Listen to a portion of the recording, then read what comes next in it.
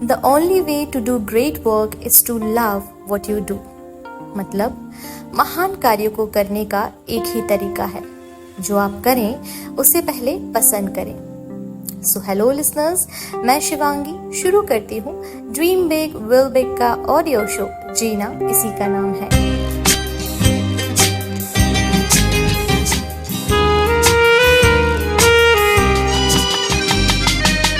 प्राचीन समय में महान कार्य को करने का एक ही तरीका हुआ करता था, जो आप करें उसे पहले पसंद करें. प्राचीन काल में विद्यार्थी गुरुकुल में रहकर ही पढ़ा करते थे. बच्चे को शिक्षा ग्रहण करने के लिए गुरुकुल में भेजा जाता था. बच्चे गुरुकुल में गुरु के सानिध्य में आश्रम की देखभाल किया करते थे और अध्ययन भी किया करते थे. वरदराज को भी सभी की तरह गुरुकुल भेज दिया गया. वहां आश्रम में अपने साथियों के साथ घुलने मिलने लगा, लेकिन वह पढ़ने में बहुत ही कमजोर था. गुरुजी की कोई भी बात उसे बहुत कम समझ में आती थी. इस कारण सभी के बीच वह उपहास का कारण बनता था. उसके सारे साथी अगली कक्षा में चले गए, लेकिन वो आगे नहीं बढ़ पाया. गुरुजी ने भी आखिर हार मानकर उसे बोला, बेटा वरदराज, मैंने सारे प्रयास करके देख लिए हैं. अब यही उचित होगा कि तुम यहाँ अपना समय बर्बाद मत करो. अपने घर चले जाओ और घर वालों को काम में मदद करो. वरदराज ने भी सोचा कि शायद विद्या मेरी किस्मत में नहीं है, और भारी मन से गुरुकुल से घर के लिए निकल गया. दोपहर का समय था. रास्ते में उसे प्यास लगने लगी. इधर उधर देखने पर उसने पाया कि थोड़ी दूर पर ही कुछ महिलाएं कुएं से पानी भर रही थी. वह कुएं के पास गया. वहां पत्थरों पर रस्सी के आने जाने से निशान बने हुए थे. तो उसने महिलाओं से पूछा, यह निशान आपने कैसे बनाए?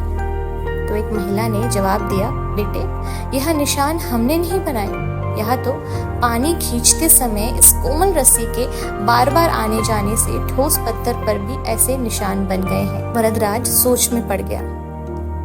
उसने विचार किया कि जब एक कोमल से रस्सी के बार बार आने जाने से एक ठोस पत्थर पर गहरे निशान बन सकते हैं, तो निरंतर अभ्यास से मैं विद्या ग्रहण क्यों नहीं कर सकता.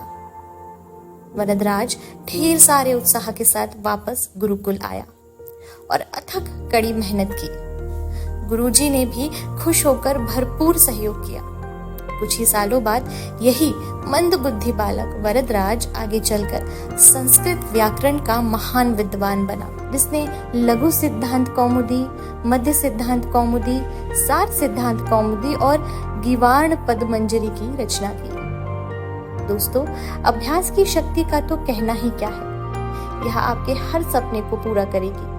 अभ्यास बहुत जरूरी है, वो खेल में हो या पढ़ाई में या किसी और चीज में.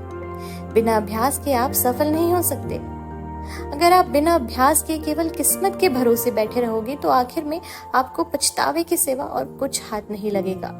इसलिए अभ्यास के साथ धैर्य, परिश्रम करते हुए और लगन के साथ आप अपनी मंजिल को पाने के लिए जुट जाएं.